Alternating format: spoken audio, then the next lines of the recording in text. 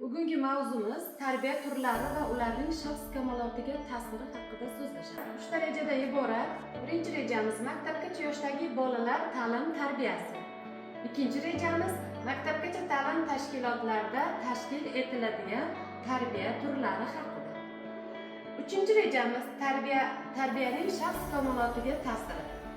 Maktabgacha yoshdagi bolalar ta'lim tarbiyasi. Tarbiya pedagogikadagi asosiy tushunchalardan biri sanaladi. Jamiyat va pedagogikaning tarixiy rivoji davomida mazkur kategoriyani tushuntirishga turlicha yondashuvlar yuzaga keladi. Eng avvalo yuqorida ta'kidlab o'tganimizdek, keng va tor ma'nodagi tarbiya farqlanadi. Keng ma'noda tarbiya shaxsga jamiyatning ta'sir etishi, ijtimoiy hodisa sifatida qaraladi. Mazkur holatda tarbiya ijtimoiylashtirish bilan uyg'unlashadi. Tor ma'nodagi tarbiya deganda pedagogik jarayon sharoitida ta'lim maqsadini amalga oshirish uchun pedagog va tarbiyalanuvchilarning maxsus tashkil etilgan faoliyati tushuniladi. Tarbiya mazmuni deganda qo'yilgan maqsad va vazifalar bilan bog'liqlikda tarbiyalanuvchilarning egallashi lozim bo'lgan bilim, malaka, e'tiqod, shaxs sifati va xarakteri, xulq-atvor tizimi tushuniladi. Tarbiya mazmuni deganda qo'yilgan maqsad va vazifalar bilan bog'liqlikda tarbiyalanuvchilarning egallashi lozim bo'lgan bilim, malaka, e'tiqod, shaxs sifati va xarakteri, xulq-atvor tizimi tushuniladi. Tarbiya jarayoni bu natijasi jamiyat uchun foydali shaxsni shakllantirishga qaratilgan maxsus tashkil etiluvchi, boshqaruvchi va nazorat qiluvchi tarbiyachi va tarbiyalanuvchilarning birgalikdagi faoliyati. Boshqacha aytganda, mazkur jarayon qo'yilgan maqsadga erishishga yo'naltirilgan tarbiyachi va tarbiyalanuvchilarning o'zaro hamkorligidir.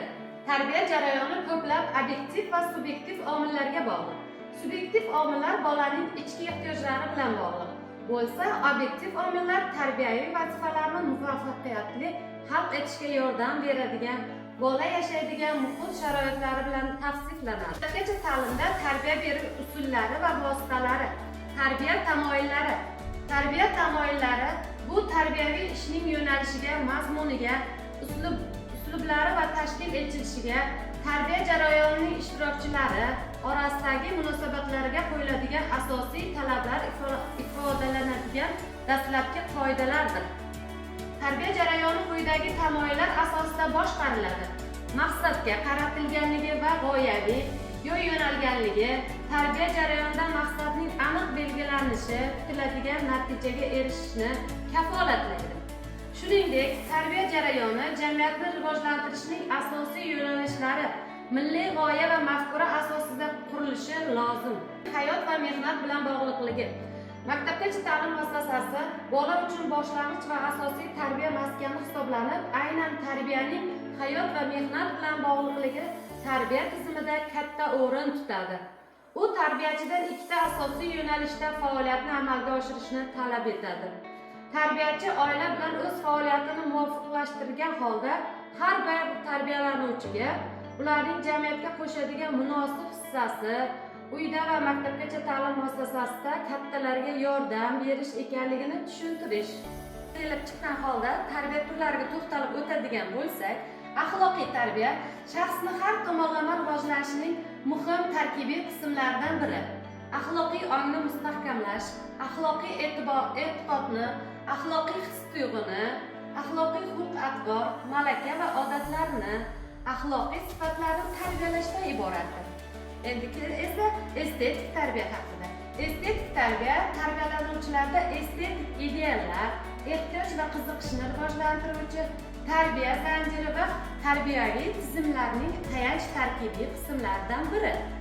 Estetik tarbiyaning vazifalari: estetik bilimlarni shakllantirish, estetik madaniyatni shakllantirish, o'tmishdan qolgan estetik va madaniy merosni egallash, borliqqa estetik munosabatni shakllantirish, estetik his-tuyg'ularni rivojlantirish.